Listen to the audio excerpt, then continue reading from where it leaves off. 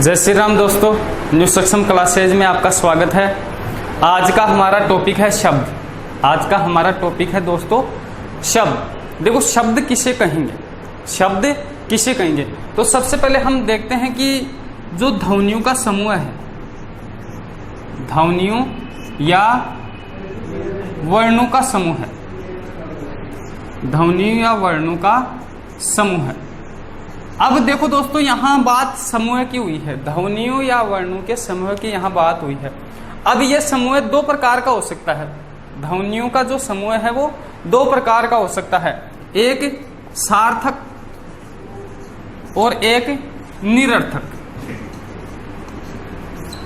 एक सार्थक समूह हो सकता है और एक निरर्थक समूह हो सकता है। सार्थक समूह है अर्थात ऐसा समूह है जो कोई ना कोई अर्थ देता हो, अर्थात यहाँ जो प्रधानता है, यहाँ जो प्रधानता है वो किसकी है? अर्थ की है। यहाँ अर्थ की प्रधानता है और अर्थ की प्रधानता के आधार पर जो ध्वनियों या वर्णों का जो समूह है वो दो प्रकार का हो सकता है, एक सार्थक समूह हो सकता है और एक निरर्थक समूह हो सकता है। देखो सार्थक समूह कैसे कहेंगे? जो कोई ना कोई अर्थ प्रदान करता हो, कोई ना कोई अर्थ प्रदान करता हो, अर्थात किसी भी शब्द को सुनकर, किसी भी शब्द को सुनकर उससे हम कोई ना कोई संकेत ग्रहण करते हो, उससे हम कोई ना कोई संकेत ग्रहण करें, वो ही क्या होता है? उसका अर्थ होता है। जैसे ग प्लस आ प्लस ये प्लस ए बराबर गाय। अब ये जो गाय हमारे पास ध्वनियों का समूह है, ग प्लस आ प्लस ये प्लस ए, अर्थात ये जो चार ध्वनियां हैं इनको मिला के हमारे पास गाय जो समूह है वो बना है। अब इस गाय समूह को पढ़ते या इसको देखते ही हमारे मस्तिष्क में जो है संकेत क्या मिलेगा कि एक जो पशु, हम सभी जो घर पर जो दुधारू जो पालतू पशु रखते हैं, गाय जिसके दो सींग है, एक पूंछ है, इस प्रकार का जो सफेद जो जानवर होता है, पालतू पशु होता है, दुधारू पशु, उसकी ओर संकेत जाएगा। तो इस प्रकार जब कोई ध्वनियों का समूह है कोई संकेत करता हो या कोई अर्थ देता हो तो उसे क्या कहेंगे? हम सार्थक समूह कहेंगे। उसे क्या कहेंगे? सार्थक समूह कहेंगे। और इसी प्रकार जब कोई समूह है, जब कोई ध्वनियों का समूह है कोई अर्थ नहीं देता हो, कोई अर्थ नहीं देता हो, जैसे ल प्लस ए प्लस भय प्लस ए प्लस क प्लस ए। अब इस प्रकार ये जो छह ध्वनियों का समूह है इसको मिला के क्या बना है? लभक बना है। क्या बना है? लभक। अब जब हम लभक सब ये जो समूह है ये जब हम सुनेंगे, लिखेंगे या पढ़ेंगे तो हमारे मस्तिष्क को इस शब्द को सुनकर कोई किसी प्रकार का संकेत नहीं मिलेगा, अर्थात ये किसी भी पदार्थ या किसी तत्व की ओर संकेत नहीं करेगा। सार्थक जो समूह होगा वो हमेशा किसी न किसी तत्व या पदार्थ की ओर क्या करेगा? संकेत करेगा। लेकिन जो निरर्थक समूह है वो किसी भी पदार्थ की ओर संकेत नहीं करता है, अर्थात किसी भी वस्तु या तत्व का बोध नहीं करवाता है। तो जब ऐसी स्थिति होती है तो उसको हम निरर्थक समूह कहते हैं। उसे क्या कहेंगे? हम निरर्थक समूह कहेंगे। तो इस प्रकार अर्थ की प्रधानता के आधार पर, अर्थ की प्रधानता के आधार पर ध्वनियों या वर्णों का जो समूह है वो दो प्रकार का होता है, एक सार्थक और एक निरर्थक। अब भाषा में यदि हम बात करें, भाषा में यदि व्याकरण की बात करें तो यहाँ जो शब्द की जो शब्द जो कहा जाता है, अर्थात शब्द की संज्ञा से जो अभिहित किया जाता है वो ध्वनियों के सार्थक समूह को किया जाता है। अर्थात यहाँ मुख्य तौर से हम ये कह सकते हैं या मोटे तौर पर हम ये कह सकते हैं कि ध्वनियों या वर्णों का जो सार्थक समूह है, ध्वनियों या वर्णों का जो सार्थक समूह है वही क्या कहलाता है? शब्द कहलाता है। वही क्या कहलाता है दोस्तों? शब्द कहलाता है। अब सामान्यतः हम देखते हैं कि जैसे छोटे बच्चे होते हैं, छोटे बच्चे तुतला के बोलते हैं, अपेक्षाकृत जो छोटे बच्चे होते हैं वो तुतला कर बोलते हैं। तो जब कोई बच्चा एक तो साप ध्वनियां बोलता है, जब साप बोलता है, जैसे जाऊंगा, एक तो कोई बच्चा ऐसे बोले कि जाऊंगा और एक कोई बच्चा ऐसे बोले दाऊंदा। क्या बोले? दाऊंदा। अब यहां देखो, यहां जो जाऊंगा जो शब्द, हालांकि हम उस बच्चे को, जब कोई बच्चा दाऊंदा बोलता है तो हम उसके साथ रहते हैं, हम उसको जानते हैं, हम ये समझ सकते हैं कि भाई वो क्या कहना चाहता है।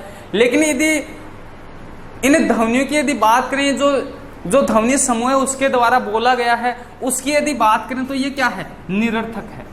ये क्या है, निरर्थक है। हाँ, यदि ऐसे बोलता है कोई बच्चा कि जाऊंगा, तो जाऊंगा का मतलब क्या है, यहाँ भाषा में यदि बात करें, व्याकरण की यदि बात करें, तो यहाँ जाऊंगा एक शब्द है जो जाने की जो क्रिया है उसकी ओर क्या करता है, संकेत करता है।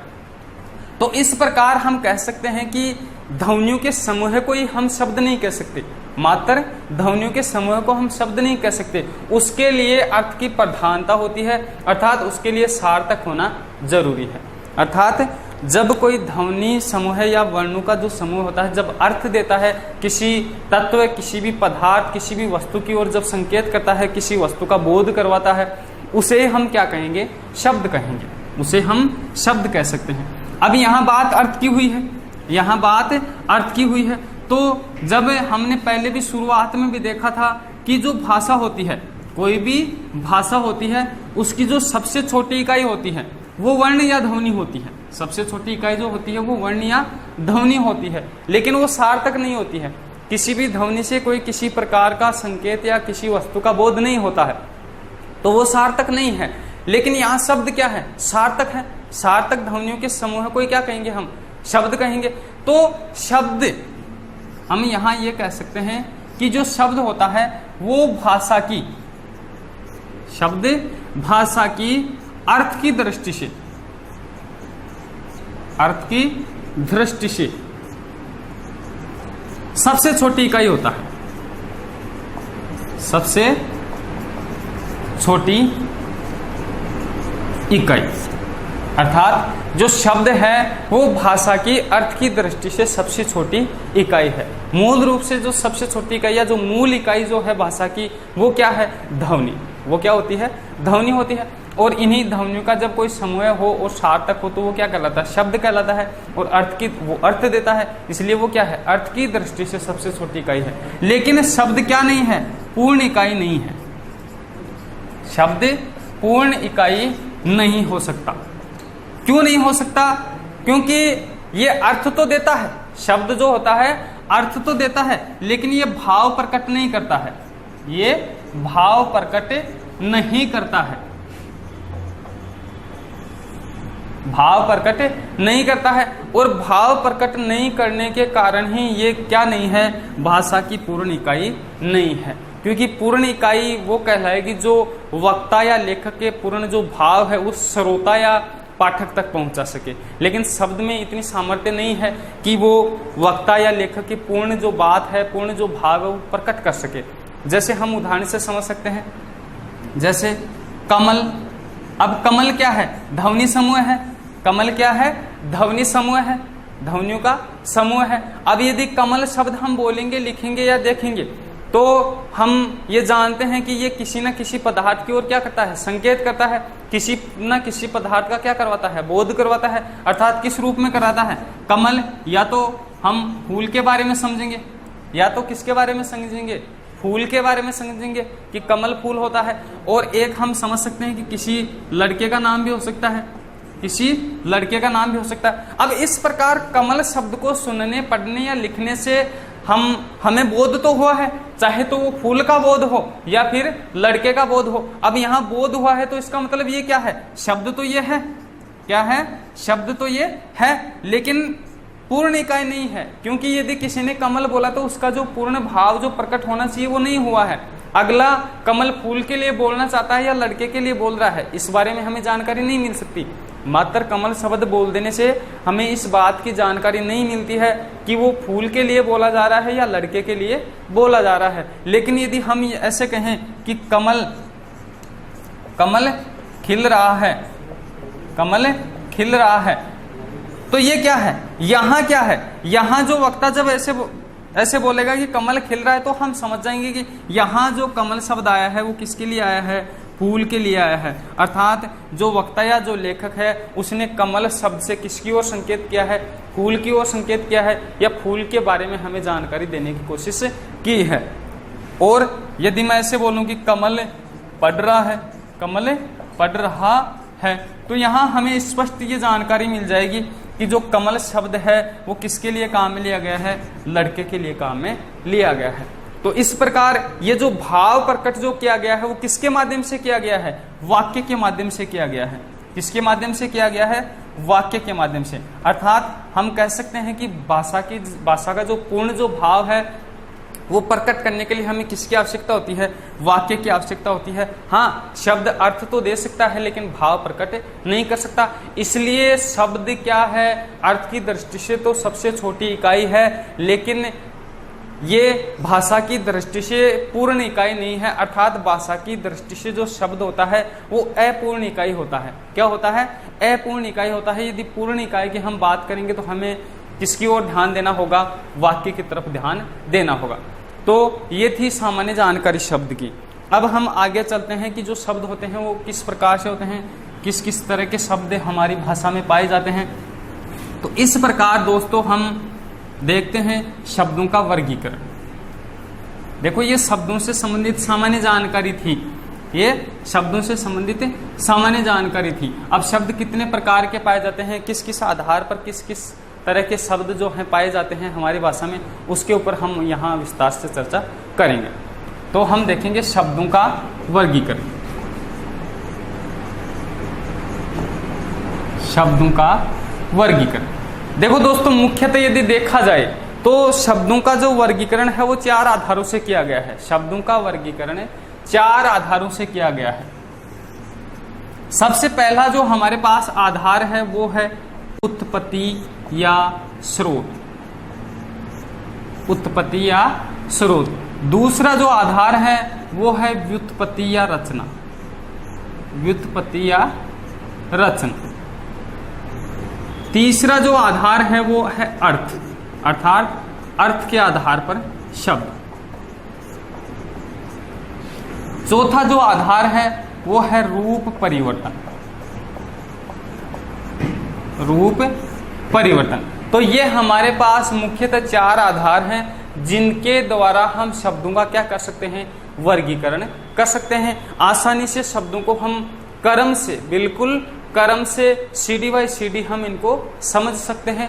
हमें जब हम वर्गीकरण को यदि व्यवस्थित रूप में यदि पढ़ेंगे, व्यवस्थित रूप में यदि समझने की कोशिश करेंगे तो शब्दों का जो वर्गीकरण है वो हमें आसानी से समझ में आ जाएगा। और जो शब्दों से संबंधित जो अन्य जो महत्वपूर्ण जानकारी है वो भी हमें आसानी से मिल जाएगी। तो अब यहाँ देखो सबसे पहला जो आधार है वो है उत्पत्ति या स्रोत। तो सबसे पहले यहाँ यह समझो कि उत्पत्ति क्या होती है या स्रोत क्या होता है। अर्थात उत्पत्ति का मतलब होता है उत्पन्न होना, अर्थात पैदा होना, अर्थात वो बना कहाँ से है, उसकी उत्पत्ति कहाँ से हुई है। कहाँ से हुई है उसको क्या कहते हैं, अरे जहाँ से किसी भी पदार्थ की जहाँ से उत्पत्ति होती है उस स्थान को क्या बोलते हैं, स्रोत बोलते हैं। उस स्थान विशेष को क्या बोलते हैं, स्रोत बोलते हैं। तो इस आधार पर जो शब्द हैं, किस शब्दों की, किसी भी शब्द की उत्पत्ति कहाँ से हुई है, किसी भी शब्द की उत्पत्ति कहाँ से हुई है, स्थान की बात हो रही है। अब स्थान की बात हो रही है तो इस आधार पर जो हमारे जो शब्द हैं वो 5 प्रकार के होते हैं। इस आधार पर जो शब्द हैं वो 5 प्रकार के होते हैं उत्पत्ति या स्रोत के आधार पर। कौन कौन से प्रकार हैं? सबसे पहला है तत्सम शब्द। तत्सम शब्द। दूसरा है तद्भव। तद्भव शब्द। तीसरा है दोस्तों देशज। देशज शब्द। चौथा है विदेशी शब्द। विदेशी शब्द। और 5वां है संकर शब्द।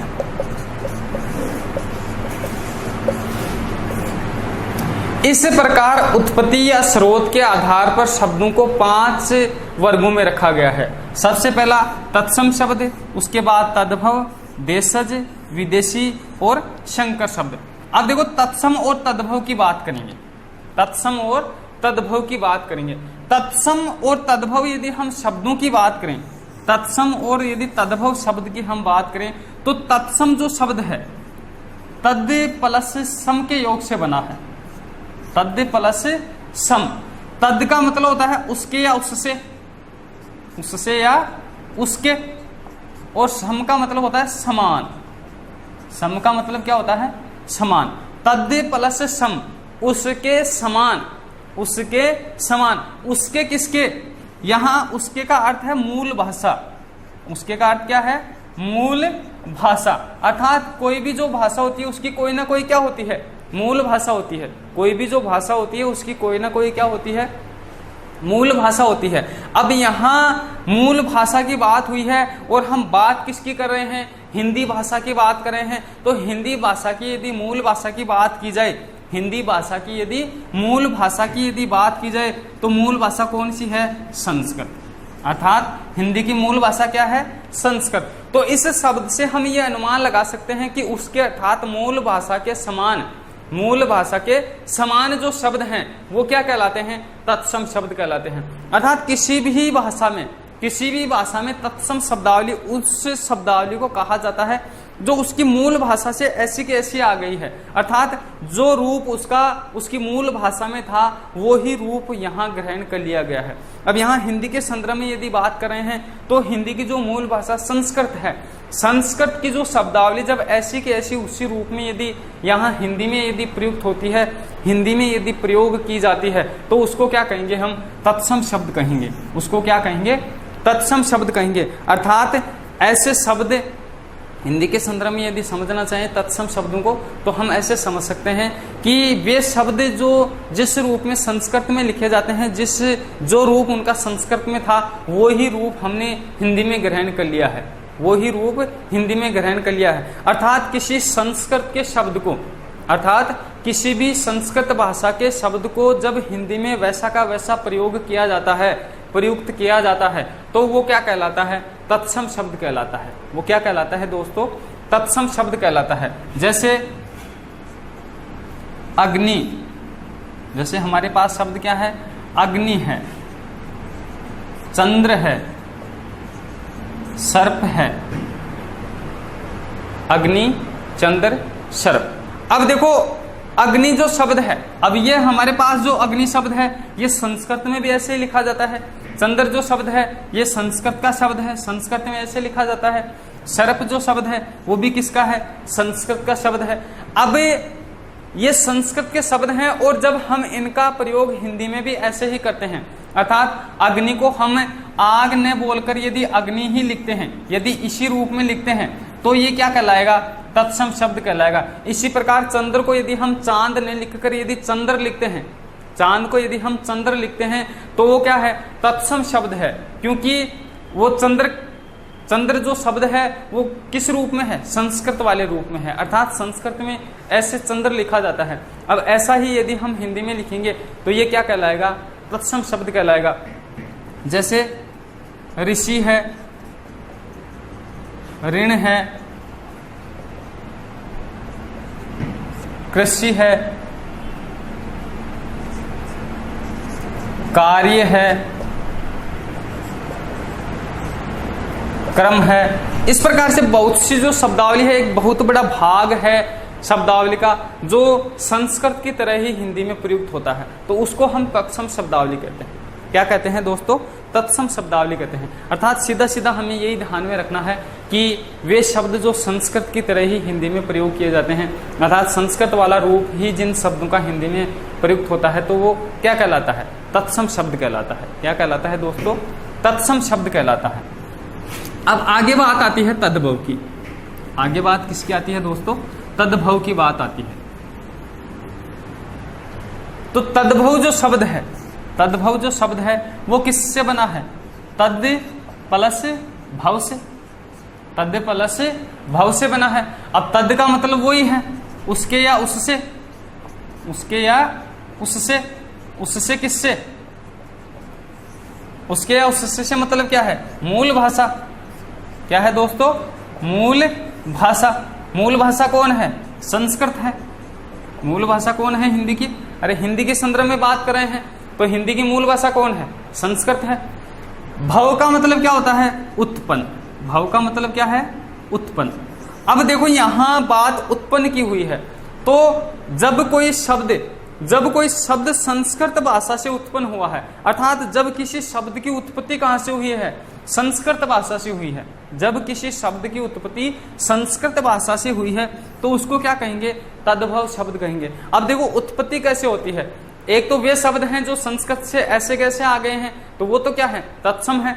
लेकिन एक वे शब्द जो तत्सम शब्दों से या जो संस्कृत के जो शब्द हैं, देखो यहाँ तत्सम से मतलब ही क्या है, संस्कृत के शब्द।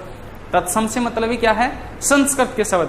तो जब संस्कृत के शब्दों में या तत्सम शब्दों में उच्चारण की दृष्टि से या उच्चारण में सुविधा अनुसार जब उनमें परिवर्तन कर लिया जाता है, या एक दीर्घ काल से जब किसी शब्द को बोला जाता है तो उसमें घिस पिट जाने के कारण उसमें जो रूप में जो परिवर्तन हो जाता है, जो थोड़ा बहुत जो उसके रूप में परिवर्तन हो जाता है, लेकिन उसका अर्थ नहीं बदलता है, उसका अर्थ नहीं बदलता है। अर्थात तत्सम शब्द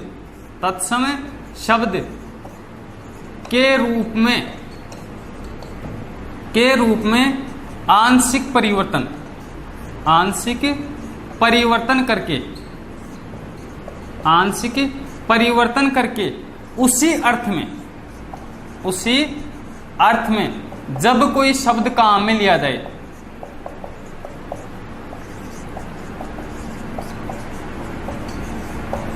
जब कोई शब्द प्रयुक्त हो, अर्थात जब कोई संस्कृत का शब्द है, तत्सम शब्द है, उसके रूप में थोड़ा बहुत परिवर्तन, अब वो उच्चारण की सुविधा के अनुसार भी हो सकता है, या धीरे धीरे बोलने पर उसमें लोगों के द्वारा, जब एक बहुत बड़ी जनसंख्या के द्वारा जब कोई शब्द बोला जाता है तो विभिन्न प्रकार के लोगों की अलग अलग प्रकृति होती है, तो उनके अनुसार बोले जाने के कारण बार बार उस शब्द को चिरकाल से जब बोला जा रहा है तो उसके रूप में कुछ आंशिक परिवर्तन हो सकता है।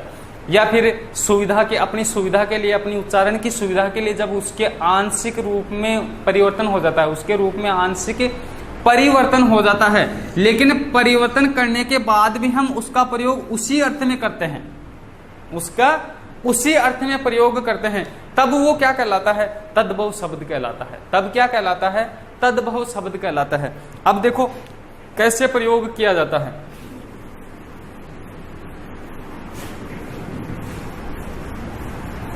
जैसे हमारे पास संस्कृत का शब्द है कर्म, हमारे पास संस्कृत का शब्द है कर्म, अर्थात तत्सम शब्द है। अब इसके रूप में परिवर्तन कर लिया हमने, क्या, कर्म, क्या बोला, इसको कर्म बोला है। इसी प्रकार जैसे संस्कृत का शब्द था चंद्र, संस्कृत का शब्द क्या था, चंद्र था, और इसके रूप में परिवर्तन करके हमने क्या बना लिया, चांद बना लिया है। क्या बना लिया है, चांद बना लिया है। इसी प्रकार हमारे पास संस्कृत का शब्द अग्नि है और इसको हमने क्या बोल दिया है, आग बोल दिया है। अब यहां देखो जो कर्म जो शब्द है, इससे किसकी उत्पत्ति हुई है, कर्म की उत्पत्ति हुई है, अर्थात इसके रूप में क्या हो गया है, परिवर्तन हो गया है, इसके रूप में परिवर्तन हो गया है। अर्थात जब हम इस शब्द को काम में लेते हैं, किसमें परिवर्तन करके, इस शब्द में, ये क्या है, तत्सम शब्द, ये क्या है, तत्सम शब्द। तो इस तत्सम शब्द के रूप में आंशिक परिवर्तन करके हम जब इस शब्द को काम में ले रहे हैं और उसी अर्थ में ले रहे हैं, उसी अर्थ में ले रहे हैं जिस अर्थ में ये काम आता था, तो ये क्या कहलाएगा, तद्भव शब्द कहलाएगा। क्या कहलाएगा, तद्भव शब्द कहलाएगा। अब यहाँ कर्म का जो मतलब है या कर्म का जो अर्थ है वही किसका अर्थ है, कर्म का अर्थ है। तो कर्म क्या है, तद्भव शब्द है। अब यहाँ चंद्र का जो अर्थ है वही अर्थ किसका है, चांद का है। तो इस चंद्र में आंशिक रूप परिवर्तन करके हमने क्या बना लिया है, चांद शब्द बना लिया है, लेकिन इसका क्या नहीं बदला है, अर्थ नहीं बदला है। तो ये चांद क्या है, तद्भव शब्द है। इसी प्रकार अग्नि से हमने क्या बना लिया, आग बना लिया, या अग्नि को हम आग बोलने लगे, लेकिन देखो शब्द का जो रूप है वो तो परिवर्तित हो गया, शब्द का रूप तो परिवर्तित हो गया, लेकिन इसका अर्थ नहीं बदला है। अर्थात जिस संदर्भ में हम अग्नि शब्द काम में लेते हैं उसी अर्थ में हम आग शब्द काम में लेते हैं। तो इस प्रकार जब संस्कृत के शब्दों में या तत्सम शब्दों में जब रूप में जब आंशिक परिवर्तन करके हम काम में लेते हैं और उसी अर्थ में काम में लेते हैं, तो वो क्या कहलाते हैं, तद्भव शब्द कहलाते हैं। क्या कहलाते हैं दोस्तों, तद्भव शब्द कहलाते हैं। तो ये ध्यान में रखना है हमेशा, तत्सम और तद्भव शब्द परीक्षाओं में भी पूछे जाते हैं। तो किसको हम तत्सम शब्द कहेंगे और किसको तद्भव शब्द कहेंगे। आगे है देशज शब्द। देशज शब्द। अब देखो तत्सम और तद्भव जो शब्द थे उनका संबंध किससे था? संस्कृत से। उनका संबंध किससे था? संस्कृत से। अर्थात उनका जो स्रोत है वो क्या है? संस्कृत। इनका स्रोत क्या है? संस्कृत है। तत्सम शब्द और तद्भव शब्दों का स्रोत क्या है या उत्पत्ति कहां से हुई है? संस्कृत से हुई है। कहां से हुई है? संस्कृत से हुई है। लेकिन देशज शब्द कुछ ऐसे शब्द भी हैं हमारी हिंदी भाषा में, या तो वे शब्द जो संस्कृत से आए हैं, ऐसे कैसे, या जो संस्कृत से उत्पन्न हुए हैं। दो प्रकार के शब्द हो गए, जो संस्कृत से आए हैं वो क्या है? तत्सम, और जो संस्कृत से उत्पन्न हुए हैं वो क्या है? तद्भव शब्द। लेकिन कुछ शब्द ऐसे हैं, कुछ शब्द ऐसे हैं जो हिंदी की अन्य भाषाओं से, जो हिंदी की अन्य भाषाओं से आए हैं, हिंदी की अन्य भाषाओं से आए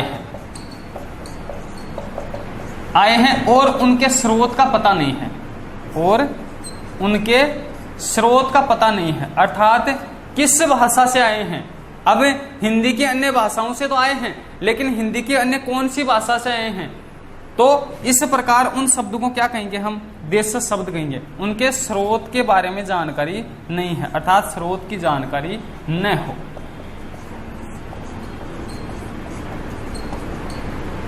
देखो इसमें दो तरह के शब्द आएंगे देशज शब्दों में। एक तो जिनका स्रोत क्या है हमें पता नहीं है, अर्थात हिंदी की अन्य भाषाओं से आ गए हैं। हिंदी के अन्य भाषाओं से आ गए, जैसे गुजराती से आ गए, मराठी से आ गए, भोजपुरी से आ गए, यानी कि हिंदी की अन्य भाषाओं से तो आए हैं, लेकिन उनके स्रोत का पता नहीं है। हमें बिल्कुल ये ध्यान नहीं है, हम ये नहीं कह सकते, दावा नहीं कर सकते कि भाई ये शब्द राजस्थानी का है या गुजराती का है। इस प्रकार से उनके स्रोत का कोई पता नहीं है, लेकिन हमारी हिंदी में उनका प्रयोग किया जाता है। हाँ, हैं हिंदी की किसी भाषा से आए हुए हैं, किसी न किसी हिंदी की ही अन्य भाषा से आए हैं, लेकिन किस भाषा से आया है उस बारे में हमें जानकारी नहीं है। एक वे शब्द जो स्थानीय जनता द्वारा अपनी सुविधा अनुसार गढ़ लिए जाते हैं, अपनी सुविधा अनुसार।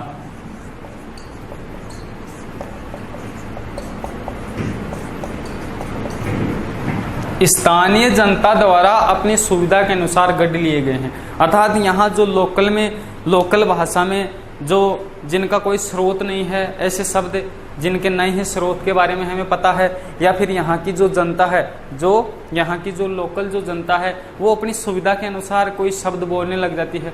अर्थात अपनी सुविधा के अनुसार किसी वस्तु या पदार्थ की ओर संकेत करने के लिए बोलने लग जाती है।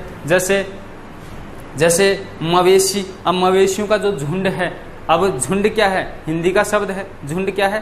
तद्भव शब्द है। लेकिन उसी झुंड के लिए हम जब रेवड़ शब्द काम में लेते हैं, यहाँ जो स्थानीय जनता है वो क्या करती है? उसको रेवड़ बोलती है, अपनी सुविधा के अनुसार बोलती है, सभी उसको रेवड़ से समझते हैं। तो ये जो रेवड़ शब्द हमारे पास आया है वो क्या है? देशज शब्द है। रेवड़ शब्द क्या है? देशज शब्द है। इसी प्रकार खचाखच, खचाखच ये भी क्या है? देशज शब्द है। अर्थात खचाखच का मतलब क्या होता है कि बिल्कुल जहां बिल्कुल कोई स्थान शेष ना हो, बिल्कुल संक्रिय रूप में जब कोई किन्हीं वस्तुओं का जो भंडारण किया जाता है उसको क्या बोलते हैं? खचाखच बोलते हैं। तो इस प्रकार से ये शब्द जो हिंदी के अन्य भाषाओं से आए हैं, लेकिन उनके स्रोत के बारे में कोई जानकारी नहीं है, और एक वे शब्द जो स्थानीय जनता द्वारा अपनी सुविधा के अनुसार गढ़ लिए जाते हैं, उनको क्या बोला जाता है? देशज शब्द। देश का मतलब क्या होता है? स्थान होता है। देश का मतलब क्या होता है? स्थान। अर्थात जो स्थानीय भाषाओं से आए हैं। स्थानीय भाषाएं कौन सी? यही हमारी भारत की जो विभिन्न जो भाषाएं हैं उनसे जो शब्द आए हैं वो क्या है? देशज शब्द है। आगे हैं देखो दोस्तों विदेशी शब्द। आगे क्या है? विदेशी शब्द।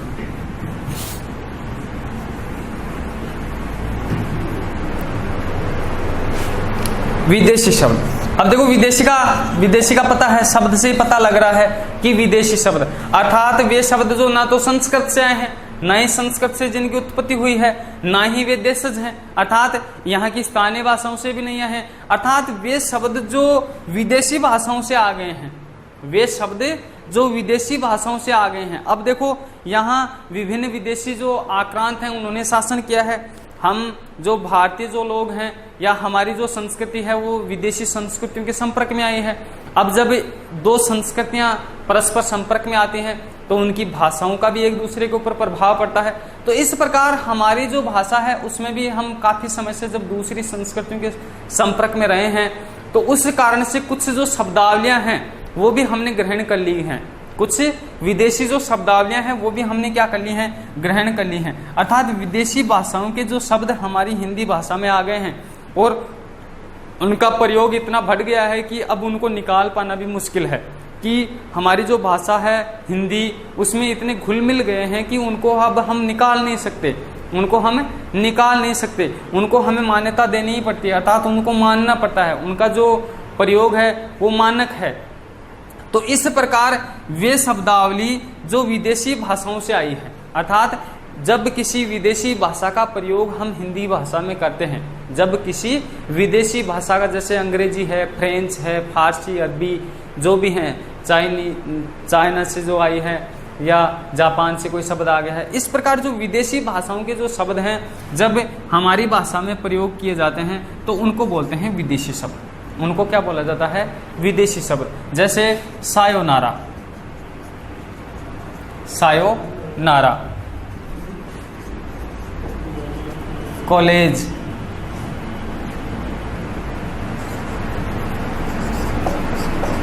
कॉपी, पेन, आलपिन, अलमारी, आदमी, कमीज, दर्जी, जार, है ना। इस प्रकार से बहुत सी शब्दावली है जो हमारी हिंदी भाषा में आ गई है, बहुत सी शब्दावली है जो हमारी हिंदी भाषा में आ गई है। सायोनारा, कॉलेज, कॉपी, पेन, आलपिन, अलमारी, आदमी, कमीज, दर्जी। अब देखो ये ऐसी शब्दावली हैं जिनको हम सामान्यतः व्यवहार में काम में लेते हैं, सामान्यतः व्यवहार में इनका प्रयोग हम करते हैं, हमारी भाषा में रात दिन इनका प्रयोग करते हैं। तो इस प्रकार इस शब्दावली को जो है हम हमारी भाषा से बाहर नहीं निकाल सकते हैं, हमारी भाषा से इनको बाहर नहीं निकाल सकते हैं। तो ऐसी शब्दावली को क्या कहते हैं, हम विदेशी शब्दावली कहते हैं। क्या कहते हैं दोस्तों, विदेशी शब्दावली कहते हैं। अब अलग अलग भाषाओं से शब्द आए हैं, अरबी फारसी से भी आए हैं, अंग्रेजी से भी आए हैं। इस प्रकार से बहुत सी जो विदेशी भाषाएं हैं उनसे हमारी भाषा में शब्दों को ग्रहण कर लिया गया है। अगला है दोस्तों संकर शब्द। अगला है संकर शब्द। अब देखो नाम से ही पता लग रहा है कि संकर, संकर का मतलब है, संकर किसको कहते हैं, संकर जब दो भिन्न भिन्न जातियों को मिलाकर, जब दो भिन्न भिन्न जातियों को मिलाकर एक तीसरी जाति उत्पन्न की जाती है, जब दो भिन्न भिन्न जातियों को मिलाकर या भिन्न भिन्न जातियों के दो पदार्थों को मिलाकर जब एक तीसरी जाति का पदार्थ जब पैदा किया जाता है, उत्पन्न किया जाता है, उसको क्या बोलते हैं, संकर बोलते हैं। अब यहाँ बात किसकी हो रही है, शब्दों की हो रही है। तो शब्दों में भी वही बात होगी कि जब दो अलग अलग भाषाओं को मिलाकर, दो अलग अलग भाषाओं के शब्दों से, दो अलग अलग भाषाओं के शब्दों को मिलाकर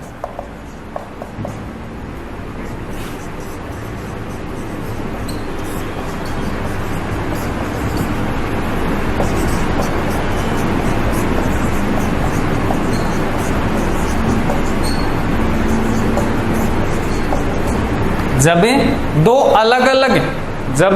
दो अलग अलग भाषाओं के शब्दों को मिलाकर जब किसी दूसरे शब्द का निर्माण होता है, या जब किसी शब्द का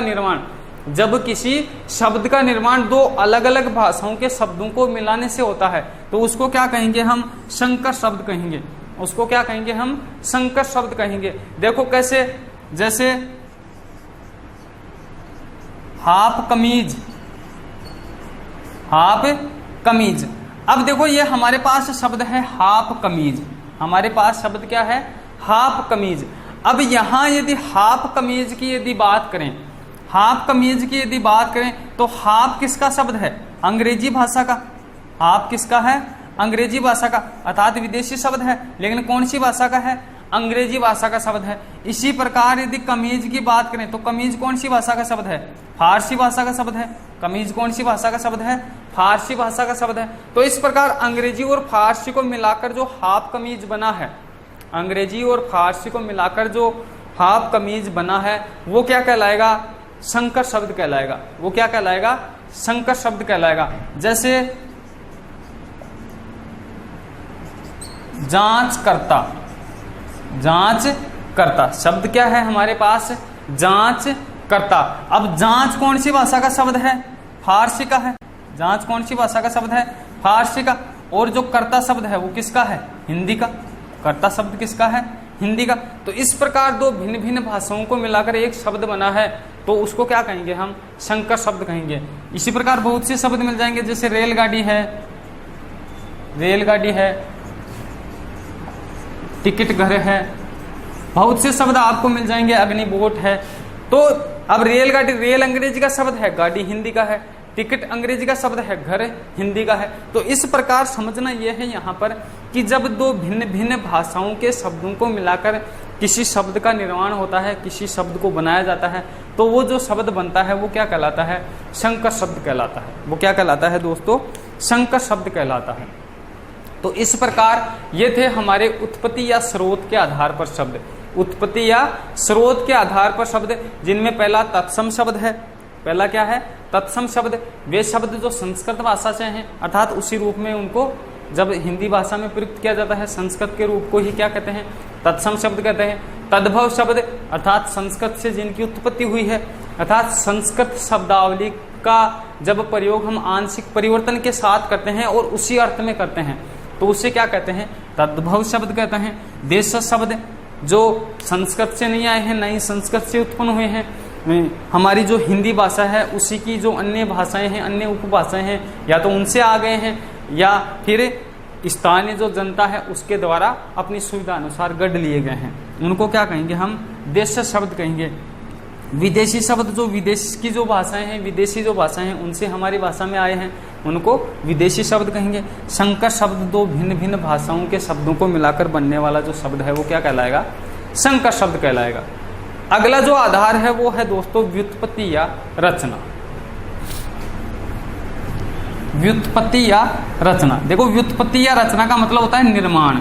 व्युत्पत्ति या रचना का मतलब होता है निर्माण, अर्थात किसी भी शब्द का निर्माण कैसे हुआ है, किसी भी शब्द का निर्माण कैसे हुआ है। अब देखो यहाँ जो उत्पत्ति या स्रोत थी वहां पर तो बात आई थी कहाँ से, कहाँ की बात हुई थी कि भाई कोई भी शब्द कहाँ से आया है, कोई भी शब्द कहाँ से आया है, अर्थात कहाँ से उसका निर्माण हुआ, कहाँ से उसकी उत्पत्ति हुई है। यहाँ बात हो रही है रचना या निर्माण की, अर्थात कैसे किसी भी शब्द का जो निर्माण है वो कैसे हुआ है, निर्माण कैसे हुआ है, अर्थात उसका जो संगठन है वो कैसे हुआ है। अब देखो यहाँ तीन बातें होंगी, यहाँ पर तीन बातें होंगी। एक तो मूल शब्द होंगे, मूल शब्द या जिनको रूढ़ शब्द भी बोला जाता है, जिनको रूढ़ शब्द बोला जाता है। दूसरे हैं यौगिक शब्द, दूसरे हैं यौगिक शब्द।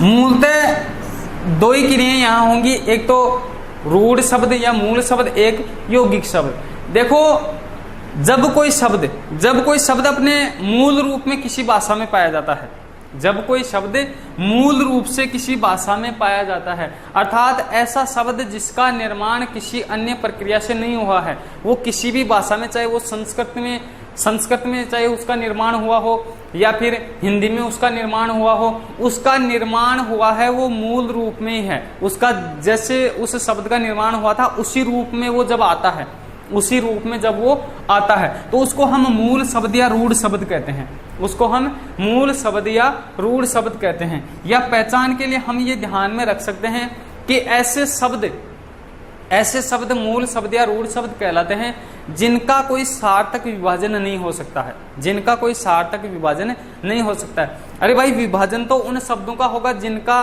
किसी न किसी अन्य प्रक्रिया से आगे निर्माण हुआ है, जिनका आगे निर्माण हुआ है। जो मूल रूप में है, जो प्रारंभ में उसका जो निर्माण हुआ था उसी रूप में है, तो फिर उसका विभाजन कैसे हो सकता है? उसका विभाजन तो नहीं होगा।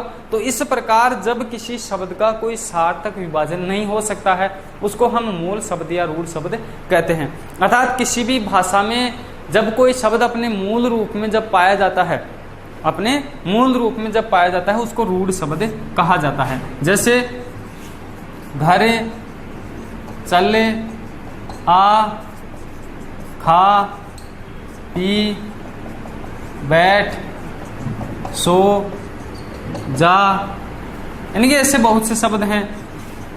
पानी, जल, रोटी इत्यादि, यानी कि बहुत से शब्द हैं ऐसे जो मूल रूप में पाए जाते हैं। अर्थात सभी जो शब्द हैं किसी न किसी शब्द का किसी न किसी मूल शब्द से निर्माण होता है, किसी न किसी शब्द का किसी न किसी मूल शब्द से निर्माण होता है। तो जब किसी शब्द का जिस मूल शब्द से निर्माण होता है, जिस मूल शब्द से निर्माण होता है, तो वो जो मूल शब्द है जिससे किसी अन्य शब्दों का निर्माण हुआ है उसको क्या कहते हैं, हम रूढ़ शब्द कहते हैं। जैसे यहाँ हम जैसे चल ले सकते हैं। अब चल जो शब्द है, चल से जैसे चलना, चलेगा, चलेगी, चलेंगे।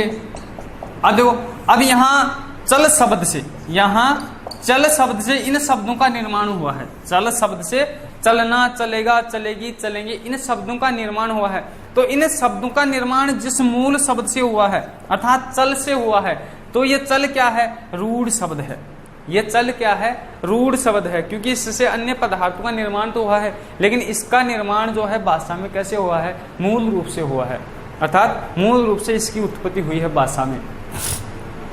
और पहचान के लिए हम इसका कोई सार्थक जो विभाजन है वो नहीं कर सकते, सार्थक विभाजन इसका नहीं कर सकते। अर्थात जैसे यदि हम करना चाहें च प्लस ल, तो न तो ल का कोई अर्थ है न च का कोई अर्थ है। हाँ, यदि हम इसका जैसे विभाजन करना चाहेंगे तो चल प्लस ना, अर्थात चल का क्या है, अर्थ है।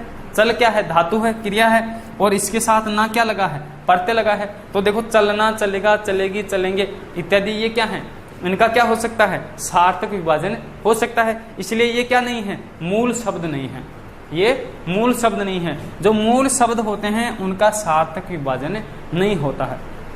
तो इस प्रकार घर, चल, आ, खा, पी, बैठ, सो, जा, ये सब क्या है, मूल शब्द हैं। फूल, पत्ती, फल इत्यादि। अब दूसरे होते हैं यौगिक शब्द। दूसरे होते हैं यौगिक शब्द। यौगिक शब्द क्या होते हैं कि जिन शब्दों का निर्माण किसी मूल शब्द से होता है। अब देखो किसी भी यौगिक शब्द का जो निर्माण होगा वो किससे होगा, किसी न किसी मूल शब्द से होगा। तो जब किसी मूल शब्द में, किसी मूल शब्द में किसी उपसर्ग या प्रत्यय के कारण, उपसर्ग या प्रत्यय या फिर अन्य शब्द से या अन्य शब्द के योग से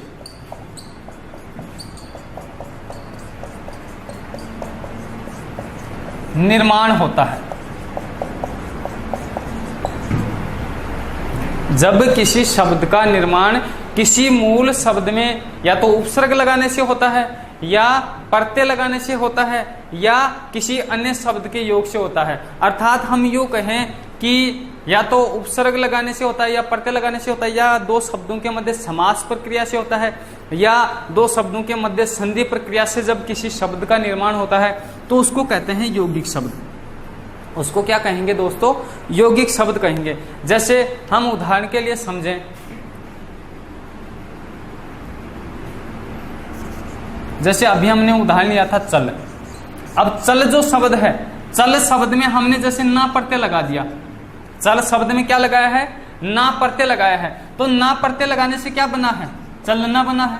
क्या बना है, चलना शब्द बना है। तो चलना शब्द क्या है, यौगिक शब्द है। चलना शब्द क्या है, यौगिक है, क्योंकि इसका जो निर्माण है वो मूल शब्द में प्रत्यय लगाने से हुआ है। मूल शब्द क्या था, चल, और चल में ना प्रत्यय लगाने से क्या बना है, चलना बना है। इसी प्रकार जैसे चल शब्द के साथ कोई उपसर्ग लगा दें, ए, जैसे यहां हमने ए उपसर्ग लगा दिया किसके साथ, चल शब्द के। अब चल शब्द क्या था, मूल शब्द था, इसके साथ क्या लगा दिया, उपसर्ग लगा दिया। अब उपसर्ग लगाने से जो जिस शब्द का निर्माण होगा अचल, उपसर्ग लगाने से जिस शब्द का निर्माण होगा अचल, वो क्या होगा, यौगिक शब्द होगा। वो क्या होगा दोस्तों, यौगिक शब्द होगा। इसी प्रकार किसी दूसरे शब्द के संयोग से हो सकता है, किसी दूसरे शब्द के संयोग से हो सकता है।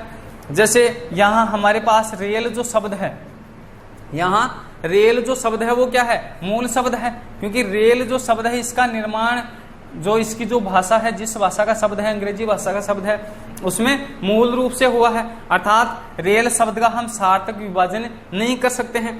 अब इसके साथ हमने जैसे समास प्रक्रिया के दौरान क्या लगा दिया, गाड़ी शब्द जोड़ दिया। क्या जोड़ दिया इसके साथ, गाड़ी शब्द का जो संयोग जो है इसके साथ कर दिया है। तो इस प्रकार जो नया शब्द बना है वो क्या बना है, रेलगाड़ी। नया शब्द क्या बना है, रेलगाड़ी। अर्थात रेल भी मूल शब्द था, गाड़ी भी क्या था, मूल शब्द था। दो मूल शब्दों को आपस में मिलाकर लिखने से भी किसका निर्माण होता है, यौगिक शब्द का निर्माण होता है। किसका निर्माण होता है दोस्तों, यौगिक शब्द का निर्माण होता है। इसी प्रकार किसी संधि प्रक्रिया के दौरान किसी शब्द का निर्माण हो सकता है। जैसे राजा शब्द था, हमारे पास क्या शब्द है, राजा शब्द है। राजा शब्द में हमने ऋषि शब्द जोड़ दिया। क्या जोड़ दिया, ऋषि शब्द जोड़ दिया। और ऋषि शब्द जोड़ने से हमारे पास नया जो शब्द है वो क्या बन गया, राजर्षि बन गया। क्या बन गया, राजर्षि बन गया। अब ये जो राजर्षि जो शब्द बना है ये किससे बना है, राजा प्लस ऋषि से बना है। अर्थात दो शब्दों के मध्य संधि के कारण बना है, दो शब्दों के मध्य संधि के कारण बना है। तो ये राजर्षि क्या है, यौगिक शब्द है। ये क्या है, यौगिक शब्द है। और इस प्रकार हम देख सकते हैं कि जो यौगिक शब्द होते हैं उनका हम सार्थक विभाजन भी कर सकते हैं। इनका क्या कर सकते हैं, सार्थक विभाजन कर सकते हैं। क्योंकि मूल शब्दों की पहचान थी कि इनका हम सार्थक विभाजन नहीं कर सकते, लेकिन यौगिक शब्द इनके उल्टे हैं, इनका हम सार्थक विभाजन कर सकते हैं। सार्थक विभाजन कैसे, यदि रेलगाड़ी का हम विभाजन करना चाहेंगे तो रेल और गाड़ी दोनों क्या है, सार्थक शब्द हैं और हम इसका विभाजन कर सकते हैं। इसी प्रकार एचल शब्द का यदि विभाजन करना चाहेंगे तो ए प्लस चल से कर सकते हैं। अर्थात चल क्या है, सार्थक शब्द है और ए क्या है, उपसर्ग है। तो अचल का क्या हो गया, यहाँ सार्थक विभाजन हो गया। इसी प्रकार हम इन शब्दों का जो सार्थक विभाजन है वो कर सकते हैं। तो जब किसी मूल शब्द के साथ उपसर्ग या प्रत्यय लगाने से या किसी अन्य शब्द के साथ उसकी संधि या समास प्रक्रिया से भी हम क्या बना सकते हैं, यौगिक शब्द बना सकते हैं।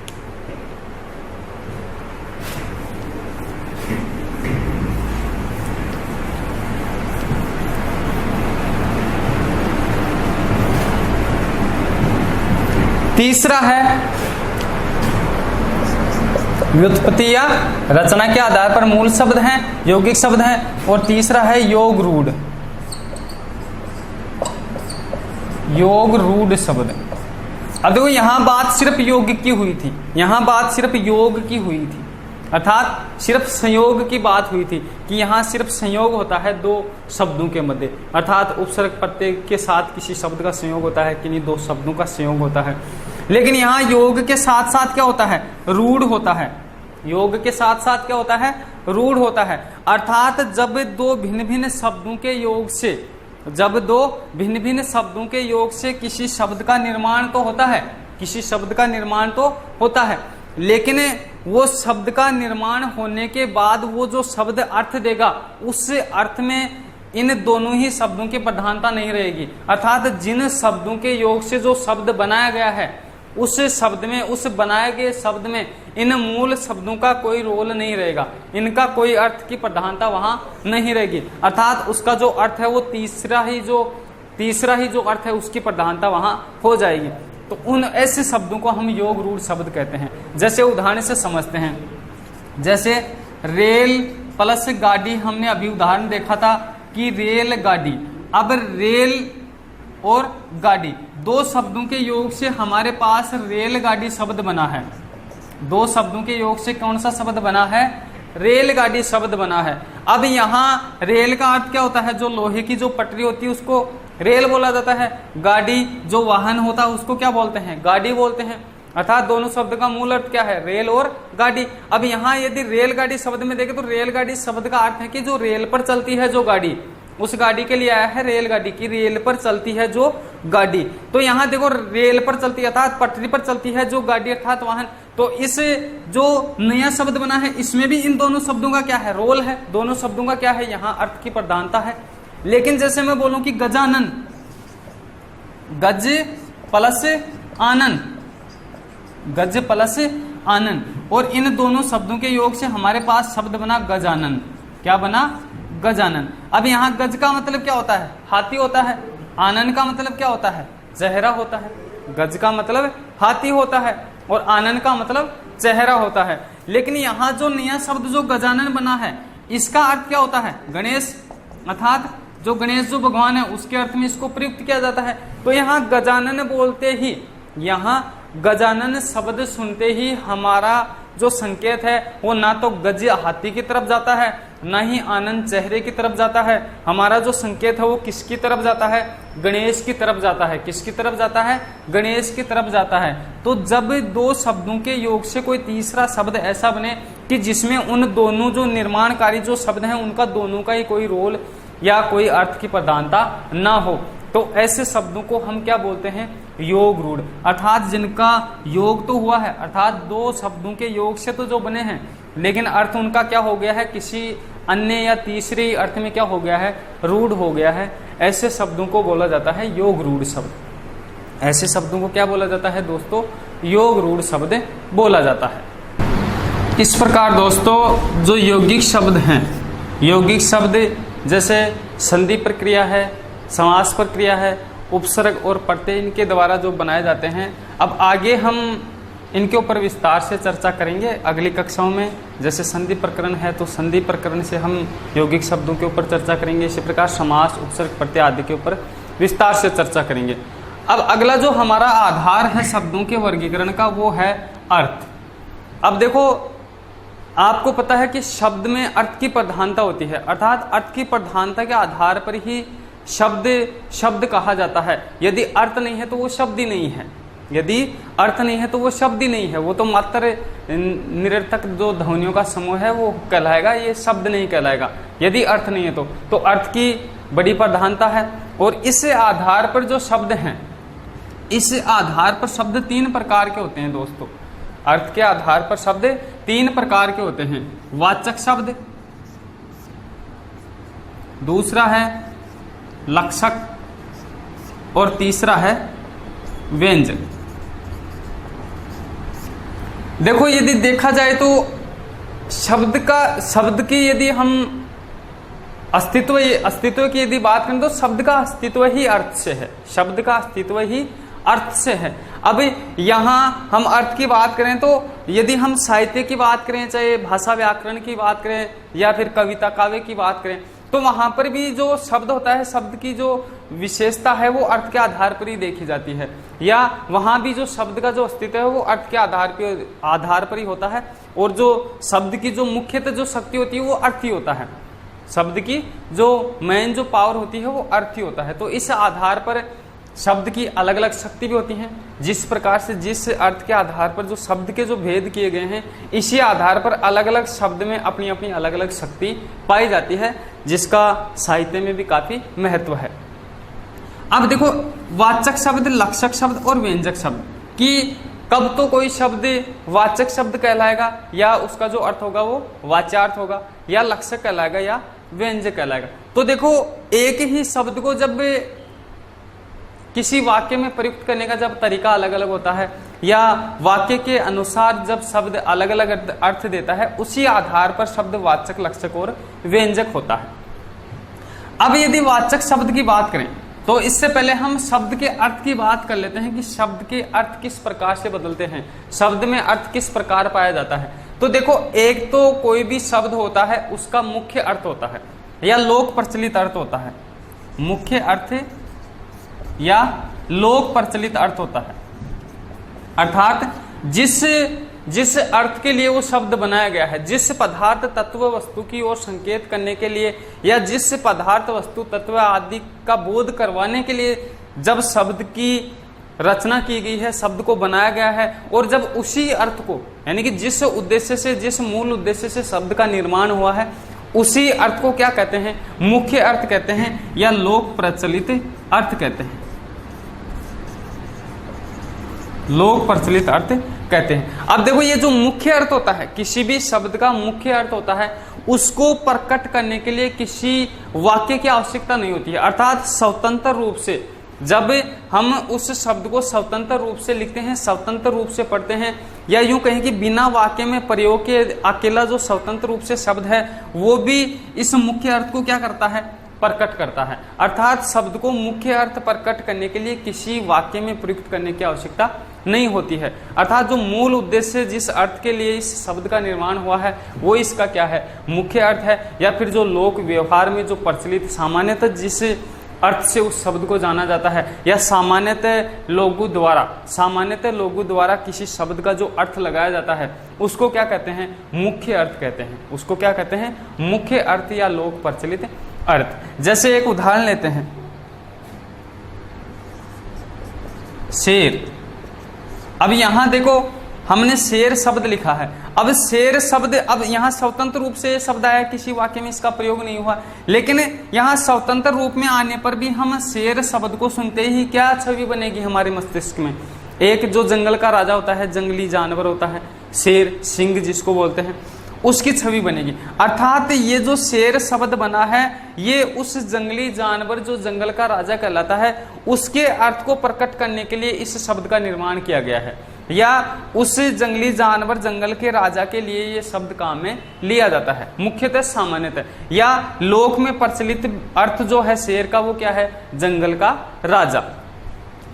इसलिए ये क्या है, इसका मुख्य अर्थ है। ये क्या है, इसका मुख्य अर्थ है। और इस मुख्य अर्थ को प्रकट करने के लिए, इस मुख्य अर्थ को प्रकट करने के लिए यहाँ इस शब्द को किसी वाक्य में प्रयुक्त करने की आवश्यकता नहीं है। यदि हम केवल शेर शब्द बोलेंगे तो भी सुनने वाले लोग आसानी से समझ जाएंगे, या आसानी से इसका जो अर्थ है वो क्या लगाएंगे, जो जंगल का राजा सिंह जो शेर होता है उसी के अर्थ में इसका अर्थ लगाएंगे। तो ये क्या है, इस शब्द का मुख्य अर्थ है। ये क्या है, इसका मुख्य अर्थ है। जब इस मुख्य अर्थ को कोई शब्द प्रकट करता है, जब इस मुख्य अर्थ को ही कोई शब्द प्रकट करता है तो वो क्या कहलाता है, वाचक शब्द कहलाता है। वो क्या कहलाता है, वाचक शब्द कहलाता है। या हम यूं कह सकते हैं कि वाचक वे शब्द कहलाते हैं, वाचक का मतलब बोले जाना, वाचक का मतलब बोलना, या वाणी, जो हम वाणी में जो बोल रहे हैं या जो शब्द हम बोल रहे हैं वो ही उसका अर्थ हो। अर्थात मूल अर्थ या मूल जो शब्द, जिस अर्थ के लिए मूल रूप से जो शब्द बना है वो ही जब अर्थ उसका हो तो वो क्या है, वाचक शब्द। तो इस प्रकार हम कह सकते हैं कि मुख्य अर्थ या लोक प्रचलित अर्थ, जब किसी शब्द में मुख्य अर्थ, उसके मुख्य अर्थ या लोक प्रचलित अर्थ की जब प्रधानता पाई जाती है तो वह शब्द क्या कहलाता है, वाचक शब्द कहलाता है। जैसे अब शेर था, यहाँ हमने जैसे गाय लिया तो गाय एक हमारे घर में पाले जाने वाला दुधारू पशु है, उसकी ओर संकेत करता है। ये सब स्वतंत्र रूप से यदि हम गाय शब्द बोलेंगे तो क्या किसकी ओर संकेत जाएगा, उसी पशु की ओर संकेत जाएगा।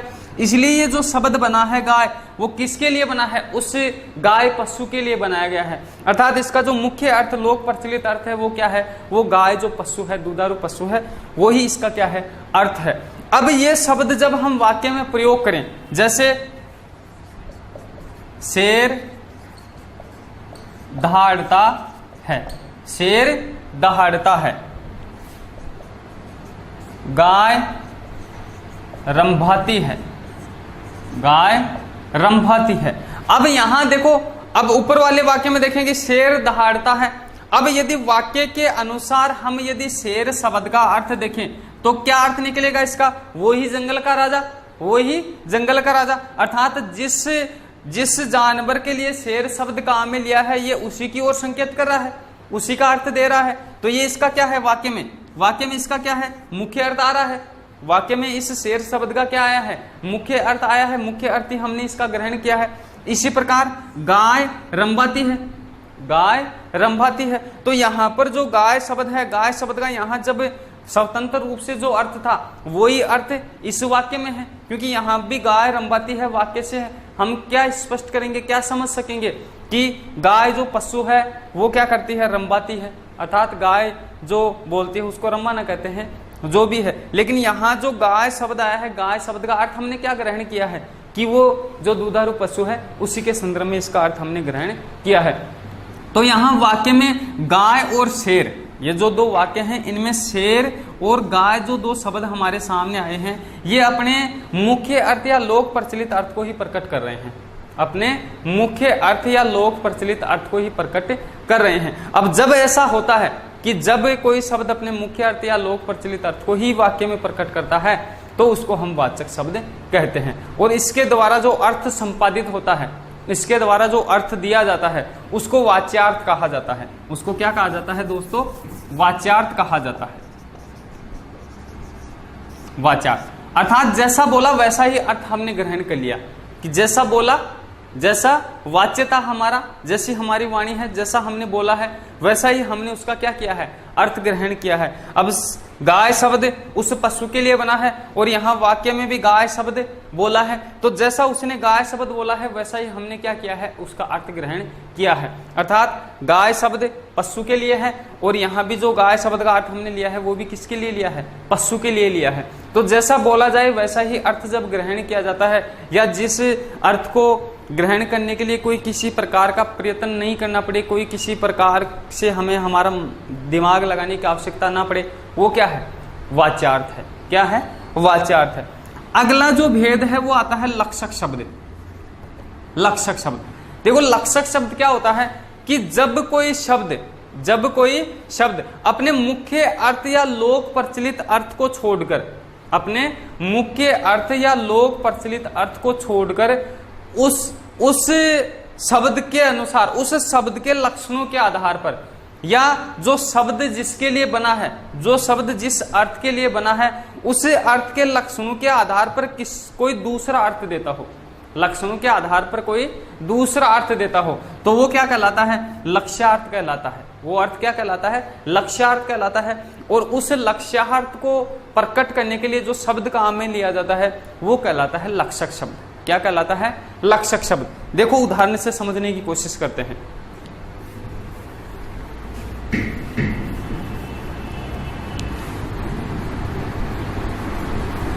जैसे हमने अभी ये जो दो उदाहरण लिए हैं कि शेर दहाड़ता है और गाय रंभाती है। अब यहाँ इन वाक्यों में गाय और शेर का जो लोक प्रचलित अर्थ था वो ही हमने यहाँ वाक्यों में भी ग्रहण किया है।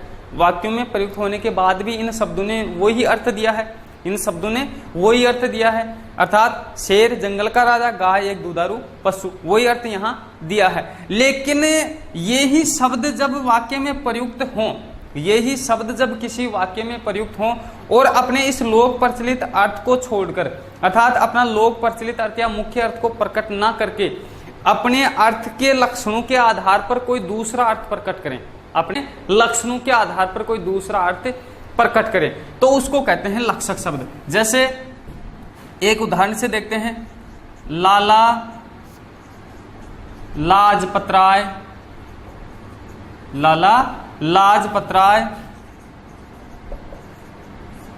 पंजाब के शेर थे, पंजाब के शेर थे। अब देखो यहां भी शेर शब्द है, शेर दहाड़ता है में, और यहां भी क्या शब्द आया है, शेर शब्द आया है, यहां भी शेर शब्द आया है। अब लाला लाजपतराय पंजाब के शेर थे, तो यहां इस वाक्य में यदि शेर शब्द का हम अर्थ देखेंगे तो यहां शेर शब्द का अर्थ कोई जंगली जानवर या जंगल का राजा नहीं है।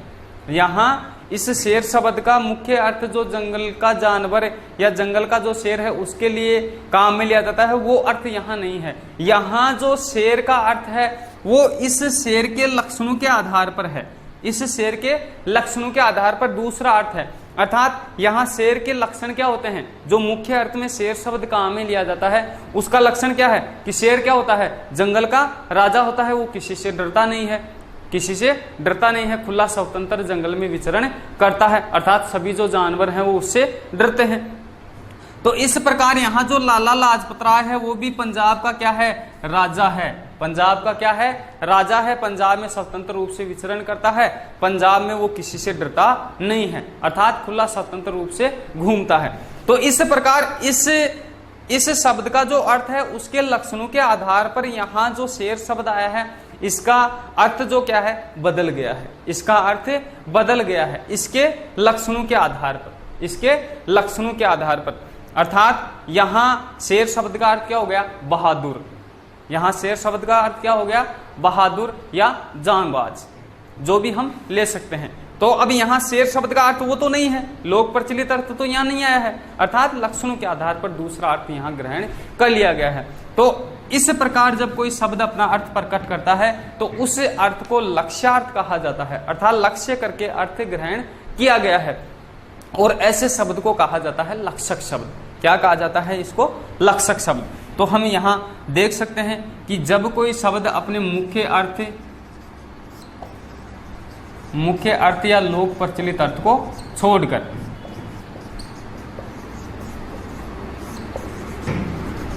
लोक प्रचलित अर्थ को छोड़कर लक्ष्यार्थ प्रकट करे,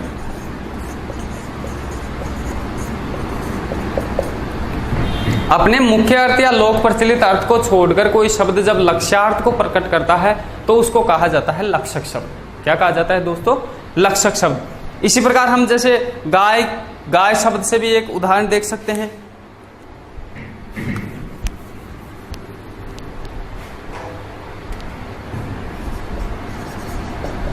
राधा तो निरी गाय है, राधा तो निरी गाय है। अब यहां देखो वहां भी गाय शब्द आया था, गाय रंभाती है, गाय रंभाती है, गाय रंभाती है। लेकिन यहां जो गाय शब्द का जो अर्थ था वो क्या था, मूल अर्थ था, अर्थात गाय जो शब्द बना है किसके लिए बना है, एक दुधारू पशु के लिए बना है। वही यहाँ अर्थ था कि गाय रंभाती, अर्थात वो पशु क्या करता है, रंभाता है। लेकिन यहाँ देखो राधा तो निरी गाय है। अब इस वाक्य से यदि हम गाय शब्द का अर्थ ग्रहण करेंगे तो यहाँ गाय का अर्थ वो तो नहीं होगा कि राधा क्या है, एक गाय पशु है। अरे राधा गाय पशु थोड़ी है, अर्थात कोई दुधारू पशु थोड़ी है राधा।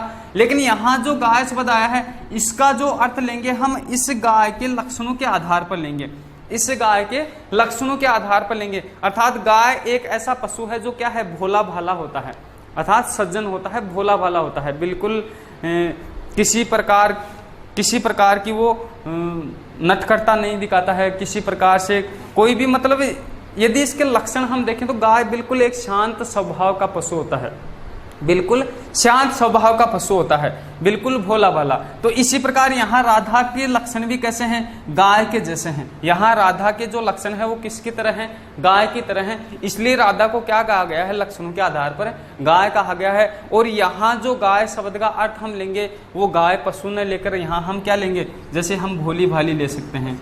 क्या ले सकते हैं, भोली भाली ले सकते हैं। अर्थात राधा बिल्कुल क्या है, भोली भाली है। अब यहाँ गाय का मतलब पशु नहीं है, क्या हो गया, भोली भाली हो गया। किसके आधार पर हुआ, लक्षणों के आधार पर हुआ। यहाँ जो गाय शब्द था इसके लक्षणों के आधार पर यहाँ जो गाय शब्द आया है उसका क्या बदल गया है, अर्थ बदल गया है। तो इस प्रकार के अर्थ को लक्ष्यार्थ कहा जाता है और इस प्रकार के शब्दों को लक्षक शब्द कहा जाता है। अब अगला है हमारा व्यंजक शब्द।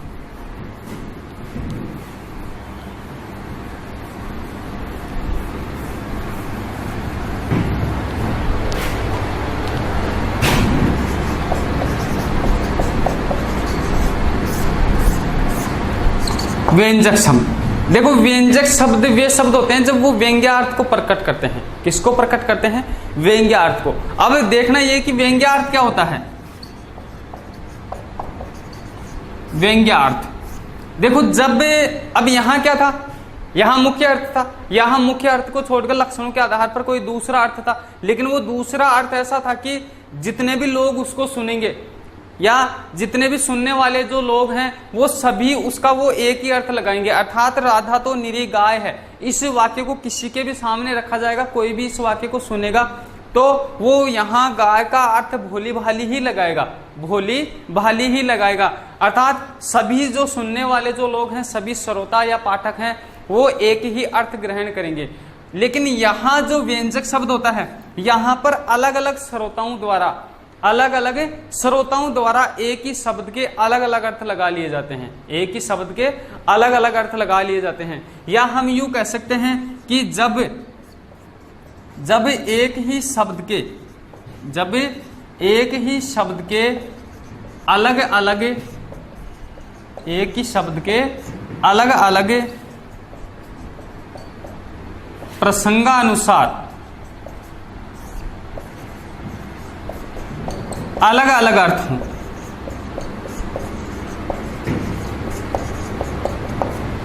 जब एक ही शब्द के अलग अलग प्रसंग के अनुसार अलग अलग अर्थ हों, अर्थात अलग अलग प्रसंगों में एक ही शब्द अलग अलग अर्थ को प्रकट करे, या जो सुनने वाले जो लोग हैं वो एक ही शब्द के अलग अलग अर्थ लगाएं या अलग अलग अर्थों को ग्रहण करें।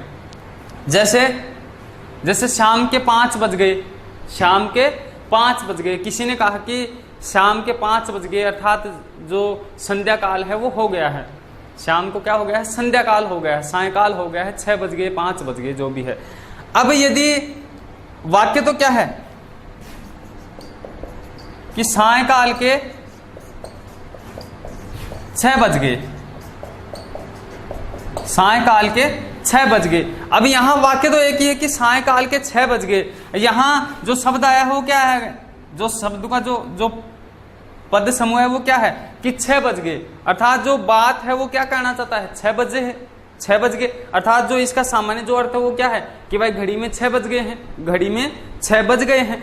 लेकिन जब इसको अलग अलग लोग सुनेंगे या अलग अलग लोगों द्वारा यही वाक्य कहा जाएगा तो उनके द्वारा इसका जो अर्थ है वो अलग अलग लगाया जाएगा, इसका अर्थ अलग अलग लगाया जाएगा। जैसे हम किसी पुजारी से कहें कि पुजारी जी सायकाल के 6 बज गए, पुजारी जी सायकाल के 6 बज गए, तो पुजारी जी 6 बजने का अर्थ क्या लगाएगा, अर्थात पूजा पाठ का टाइम हो गया है, पूजा पाठ का टाइम हो गया है। अब यही वाक्य हम यदि किसी गृहिणी से कहेंगे, जैसे हमारी जो मम्मी है जो भी है उनसे कहेंगे जैसे कि मम्मी सायकाल के 6 बज गए, तो वो क्या समझेगी कि भाई सायकाल 6 बज गए हैं, सायकाल हो गई है, अर्थात अंधेरा होने वाला है, जल्दी अंधेरा हो जाएगा, इसलिए हमें क्या करना चाहिए, रसोई वगैरह का या जो भी दिनचर्या का सायकाल का जो कार्य है वो जल्दी से निपटा लेना चाहिए।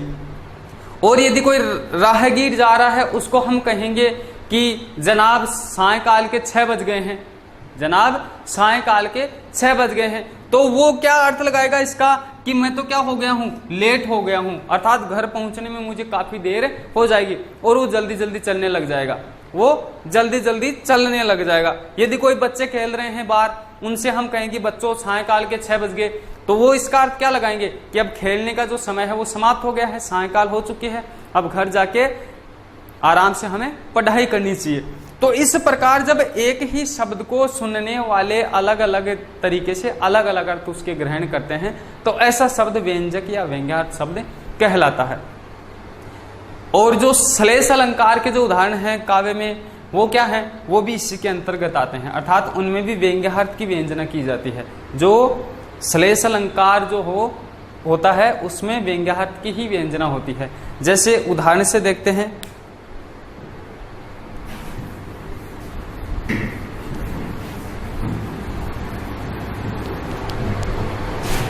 जैसे चरण धरत चिंता करत भावत नींद न सोर, चरण धरत चिंता करत भावत नींद न सोर, सुबरण को ढूंढत फिरे, सुबरण को ढूंढत फिरे,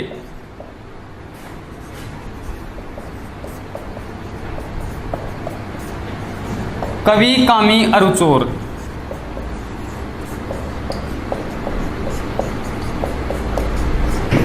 देखो, चरण धरत चिंता करत भावत नींद न सोर, कि जहां भी चरण रखते हैं, जहां भी पैर रखते हैं, पग पग पर अर्थात उनको चिंता सताती रहती है, पग पग पर चिंता सताती है।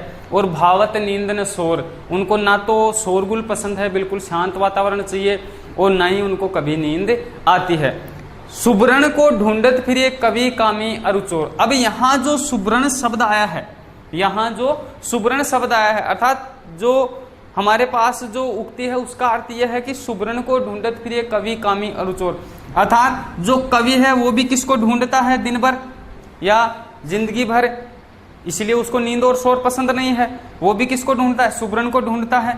इसी प्रकार जो कामी पुरुष होता है वो भी किसको ढूंढता है, सुबरण को ढूंढता है। और जो चोर है वो भी किसको ढूंढता है, सुबरण को ढूंढता है। लेकिन यहाँ जो सुबरण शब्द आया है इसका अर्थ यहाँ कवि, कामी और चोर के अर्थ में, संदर्भ में क्या है, अलग अलग है। यहाँ जो सुबरण शब्द आया है इसका अर्थ कवि के संदर्भ में अलग है, कामी के संदर्भ में अलग है और चोर के संदर्भ में अलग है।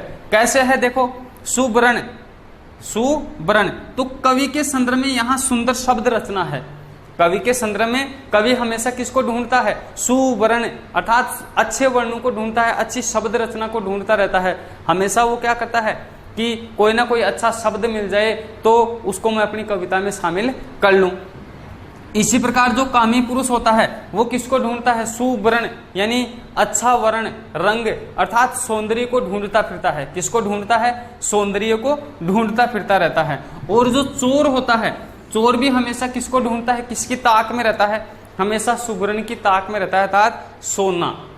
किसकी ताक में रहता है, सोने की ताक में रहता है। तो यहाँ जो सुवर्ण शब्द आया है इसका अर्थ कवि, कामी और चोर के संदर्भ में क्या है, इसका अलग अलग अर्थ है। तो इस प्रकार जितने भी श्लेष अलंकार के उदाहरण आते हैं उनमें व्यंजक जो शब्द हैं वो पाए जाते हैं, व्यंजक शब्द होते हैं और व्यंजक शब्दों के द्वारा वहाँ व्यंग्यार्थ की व्यंजना की जाती है। इसी प्रकार और भी हम बहुत से उदाहरण ले सकते हैं, जैसे रहीमन पानी राखिए बिन पानी सब सून, पानी गए न उबरे मोती मानस चून। अब देखो, पानी गए न उबरे मोती मानस चून। अब यहाँ पानी जो शब्द आया है इसका अर्थ जो है तीनों के संदर्भ में अलग अलग है। पानी गए न उबरे मोती मानस चून अर्थात मोती भी जो है पानी के जाने के बाद में नहीं उबर सकता, अर्थात मोती के संदर्भ में जो पानी आया है पानी का अर्थ क्या है, चमक है। मानस के संदर्भ में पानी का अर्थ क्या है, इज्जत है। और चून या चूने के संदर्भ में क्या है, पानी साधारण जो जल होता है। तो इस प्रकार जब एक ही शब्द हो और उसका जो अर्थ है वो अलग अलग संदर्भों के अनुसार अलग अलग होता है तो वहाँ व्यंग्यार्थ की व्यंजना पाई जाती है और व्यंजक वो शब्द कहलाता है, वो व्यंजक शब्द कहलाता है। इस प्रकार श्लेष अलंकार के सभी उदाहरणों को हम यहाँ व्यंजक शब्दों की श्रेणी में या व्यंग्यार्थ की श्रेणी में हम रख सकते हैं। और यदि लक्षक शब्दों की यदि बात करें तो जितने भी हमारे जो मुहावरे पाए जाते हैं, हमारी किसी भी भाषा में जो मुहावरे होते हैं उन सब में लक्ष्यार्थ पाया जाता है। उन सब में क्या पाया जाता है, लक्ष्यार्थ पाया जाता है। देखो लक्ष्यार्थ कैसे पाया जाता है, जैसे एक मुहावरा लेकर देखते हैं। यहाँ लक्षक शब्दों की बात हो रही है। देखो जो व्यंजक शब्द होते हैं इनके उदाहरणों में श्लेष अलंकार को ले सकते हैं, लेकिन यहाँ लक्षक शब्द जो हैं, लक्षक शब्दों के उदाहरण में हम मुहावरों को ले सकते हैं। कैसे, जैसे आग बबूला होना, आग बबूला होना। अब देखो आग बबूला, आग बबूला। अब आग बबूला का जो सामान्य जो अर्थ है वो तो क्या है, या मूल जो अर्थ है आग बबूला का क्या है, आग का गोला, आग का गोला या जो आग का जो शोला होता है उसको बोलते हैं आग बबूला। लेकिन यहाँ मुहावरे में अर्थ इसका क्या हो गया, आग बबूला का, आग बबूला का जो अर्थ है वो बदलकर लक्षणों के आधार पर क्या हो गया, अर्थात आग का जो गोला जो शोला होता है उसके समान जब आदमी की स्थिति हो जाती है, अर्थात गुस्सा आना, क्या हो गया, गुस्सा आना। अब यहाँ देखो, यहाँ जो मुख्य अर्थ था आग बबूला का उसके लक्षणों के आधार पर यहाँ इसका अर्थ क्या लगाया गया है, गुस्सा आने से लगाया गया है। तो इस प्रकार जितने भी जो मुहावरे हैं उनको हम लक्षक शब्दों की श्रेणी में रख सकते हैं। इस प्रकार अगला जो हमारा आधार है, अगला जो आधार है वो है रूप परिवर्तन के आधार पर। अगला जो चौथा जो आधार है वो है रूप परिवर्तन। देखो रूप परिवर्तन कि जितने भी जो शब्द पाए जाते हैं उनके साथ दो स्थितियां होती हैं, उनके साथ दो स्थितियां होती हैं कि जब अलग अलग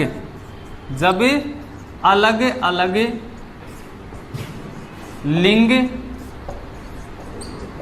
वचन और पुरुष, जब हम किसी शब्द को अलग अलग लिंग वचन और पुरुष के साथ प्रयोग करते हैं, पुरुष के साथ प्रयोग करते हैं।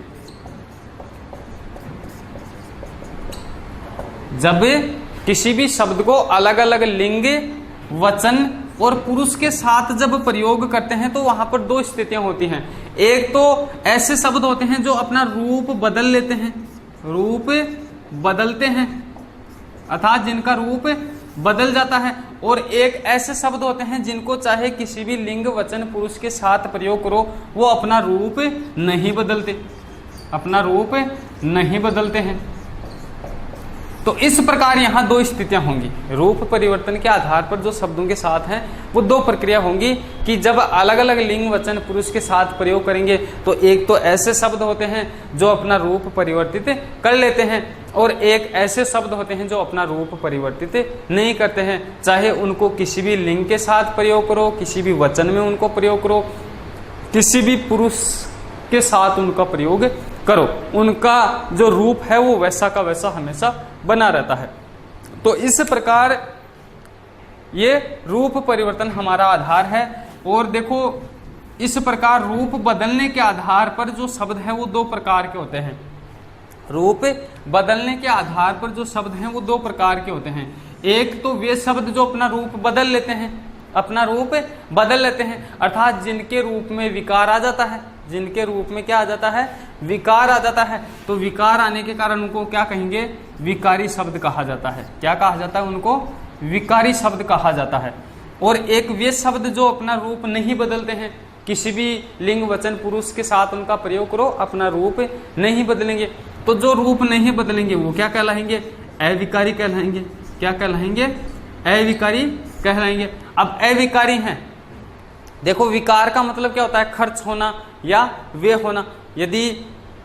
यदि ये मार्कर है, ये यदि ऐसा का ऐसा यदि यहाँ चला जाता है, इसमें कोई परिवर्तन नहीं हुआ है, इसका रूप जो था वैसा का वैसा है, तो ये क्या है, अविकारी है।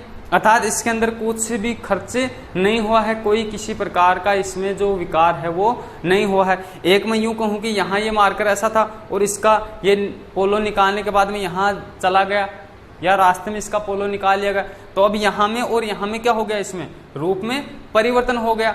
तो इस प्रकार क्या हुआ, यहाँ वे हो गया, यहाँ क्या हुआ है, खर्च हुआ है या वे हुआ है। तो जिनमें कोई किसी प्रकार का वे खर्चा या विकार नहीं होता है उनको अविकारी या अव्यय शब्द कहा जाता है।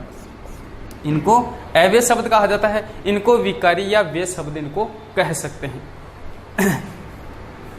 अब देखो उदाहरण से समझते हैं कि कैसे शब्दों में विकार होता है। अलग अलग लिंग वचन पुरुष के आधार पर शब्दों में विकार कैसे होता है और कैसे विकार नहीं होता है।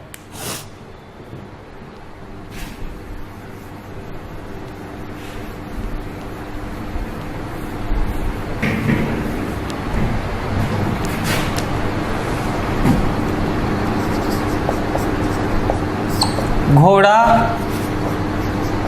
तेज दौड़ता है। अब यहां देखो घोड़ा तेज दौड़ता है। अब यहां जो घोड़ा शब्द है वो क्या है, एक वचन है। घोड़ा शब्द क्या है, एक वचन है। यदि वचन की बात करें तो क्या है, एक वचन है। वचन की बात करें तो एक वचन है। लिंग की बात करें तो पुल्लिंग है। लिंग की बात करें तो क्या है, घोड़ा पुल्लिंग है। और यदि यहां पुरुष की बात करें तो क्या है, घोड़ा अन्य पुरुष है। घोड़ा क्या है, अन्य पुरुष है। घोड़ा अन्य पुरुष है। अब यदि हम इसका वचन बदलें, इसका वचन बदल कर लिखें या इसका पुरुष बदल कर लिखें या फिर इसका क्या बदलेंगे, हम लिंग बदलेंगे। अब जैसे पहले इसका हम वचन बदलते हैं। यहां घोड़ा एक वचन था, हमने लिखा घोड़े। घोड़ा का बहुवचन क्या होगा, घोड़े। अब इस वाक्य को लिखेंगे, घोड़े तेज दौड़ते हैं। घोड़े तेज दौड़ते हैं। वचन बदल गया, यहां एक वचन था, यहां बहुवचन था। अब इसका हम लिंग बदलेंगे। अब इसका लिंग बदलते हैं। जैसे यहां पुल्लिंग था, इसको क्या बनाते हैं, स्त्रीलिंग बनाते हैं। तो घोड़े का स्त्रीलिंग क्या होगा, घोड़ी तेज दौड़ती है। घोड़ी तेज दौड़ती है। अब रही बात पुरुष की, रही बात पुरुष की, तो यहाँ पुरुष ये क्या है, अन्य पुरुष है। अब इससे अन्य पुरुष से हम इसको या तो मध्यम पुरुष बनाकर देख लें या फिर इसको उत्तम पुरुष बनाकर देख लें। तो इसको जैसे उत्तम पुरुष बना देंगे तो उत्तम पुरुष क्या होगा, मैं या हम, तो मैं तेज दौड़ता हूं, मैं तेज दौड़ता हूं। अब देखो यहां, अब यहां हम ये देखेंगे कि ऐसा कौन सा शब्द है जो किसी भी लिंग वचन पुरुष के साथ प्रयोग करने पर नहीं बदल रहा है, और एक कौन से शब्द हैं या कौन सा शब्द है वाक्य में जो अलग अलग लिंग वचन पुरुषों के साथ प्रयोग करने पर अपना रूप बदल रहा है। एक रूप बदल रहा है और एक अपना रूप कहीं भी नहीं बदल रहा है। तो यहां देखो, सबसे पहले हम तेज शब्द के ऊपर दृष्टि डालते हैं कि यहां देखो एक वचन पुल्लिंग के साथ, एक वचन पुल्लिंग अन्य पुरुष के साथ भी क्या शब्द था, तेज था। अब यहां हमने वचन बदला, यहां हमने वचन बदला, वचन बदलने के बाद भी तेज शब्द जो है नहीं बदला। वचन बदल दिया, एक वचन से बहुवचन बना दिया, लेकिन यहां तेज का तेज ही है। अब यहां हमने लिंग बदल दिया, यहां हमने घोड़ा से घोड़ी बना दिया, लिंग बदल दिया। अब लिंग बदलने के बाद भी यहां तेज शब्द तेज ही है, अर्थात जो तेज शब्द यहां इसका जो रूप था वही यहां है और वही यहां है। अब देखो यहां हमने इसका पुरुष भी बदल कर देखा। अब यहां पुरुष बदला, अन्य पुरुष में था, अन्य पुरुष से हमने इसको क्या बना लिया, उत्तम पुरुष में बना लिया। अब उत्तम पुरुष के साथ भी ये जो तेज शब्द था इसका रूप वैसा का वैसा है।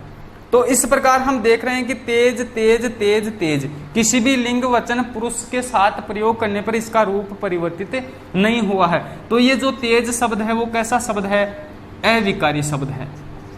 कैसा शब्द है, अविकारी या अव्यय शब्द है, अविकारी या अव्यय शब्द है, क्योंकि किसी भी लिंग वचन पुरुष के साथ प्रयोग करने पर इसके रूप में कोई किसी प्रकार का परिवर्तन नहीं हुआ है। अब यहां देखो आगे हमारे पास जैसे दौड़ता है, यहां एक वचन पुल्लिंग के साथ क्या था, दौड़ता है। अब यहां बहुवचन बनाते ही बहुवचन पुल्लिंग के साथ क्या हो गया, दौड़ते हैं। देखो रूप बदल रहा है, यहां दौड़ता, यहां दौड़ते, यहां है और यहां है, यहां है। अब जैसे लिंग बदला तो यहां पुल्लिंग था, पुल्लिंग में दौड़ता था और यहां दौड़ती आ गया, अर्थात रूप बदल गया, यहां भी रूप बदल गया। इसी प्रकार पुरुष से बदलने पर दौड़ता हूं हो गया, यहां है हूं, यानी कि इसका क्या हो रहा है, अलग अलग लिंग वचन पुरुष के आधार पर इसका रूप क्या हो रहा है, बदल रहा है, रूप इसका बदलता है। अब यदि रूप बदलता है तो ये कैसा शब्द है, विकारी शब्द है। कैसा शब्द है ये, विकारी शब्द है। कैसा शब्द है ये, विकारी शब्द है। तो इस प्रकार जब कोई शब्द किसी भी लिंग वचन पुरुष के आधार पर अपना रूप नहीं बदलता है वो अविकारी या अव्यय शब्द कहलाता है, और जब कोई शब्द अलग अलग लिंग वचन पुरुषों के साथ प्रयोग करने पर अपना रूप बदल लेता है या जिसके रूप में विकार आ जाता है उसको विकारी शब्द कहा जाता है। उसको क्या कहा जाता है दोस्तों, विकारी शब्द कहा जाता है। अब आगे हम चर्चा करेंगे कि कौन कौन से शब्द विकारी होते हैं और कौन कौन से अविकारी होते हैं। तो यहाँ यदि विकारी शब्दों की बात करें, यहाँ विकारी शब्दों की बात करें तो विकारी शब्दों में संज्ञा, सर्वनाम, विशेषण और क्रिया। संज्ञा, सर्वनाम, विशेषण और क्रिया, ये जो चार जो शब्द हैं ये कैसे हैं, विकारी शब्द है। अब यहां देख सकते हैं दौड़ता, तो यहां दौड़ना क्या है, क्रिया है, तो क्रिया शब्द क्या है, विकारी शब्द है, अर्थात अपना रूप बदलता है, अपना रूप बदलता है। अविकारी की यदि बात करें तो जैसे क्रिया विशेषण, क्या है, क्रिया विशेषण,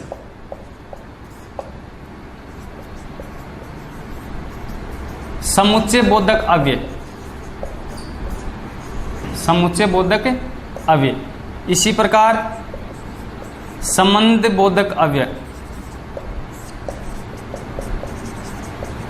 संबंध बोधक अव्यय और विस्मयादि बोधक अव्यय।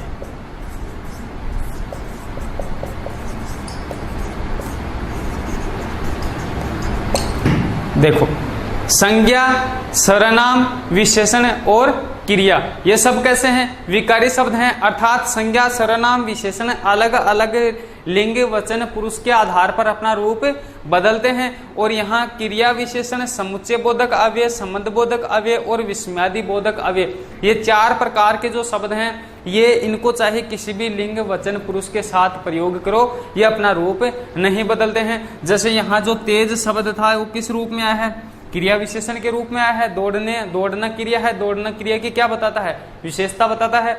रीतिवाचक क्रिया विशेषण है कि कैसे दौड़ता है। तो यहाँ तेज शब्द देखो क्या है? अविकारी है। तो इस प्रकार क्रिया विशेषण क्या है? अविकारी अव्यय शब्द हैं। इसी प्रकार समुच्चय बोधक, संबंध बोधक और विस्मयादि बोधक अव्यय भी क्या है? अविकारी शब्द या अव्यय शब्द हैं। और इस प्रकार संज्ञा, सर्वनाम, विशेषण, क्रिया, क्रिया विशेषण सभी जो विकारी और अविकारी शब्द हैं, इनके ऊपर आगे हम विस्तार से चर्चा करेंगे। तब तक के लिए धन्यवाद दोस्तों।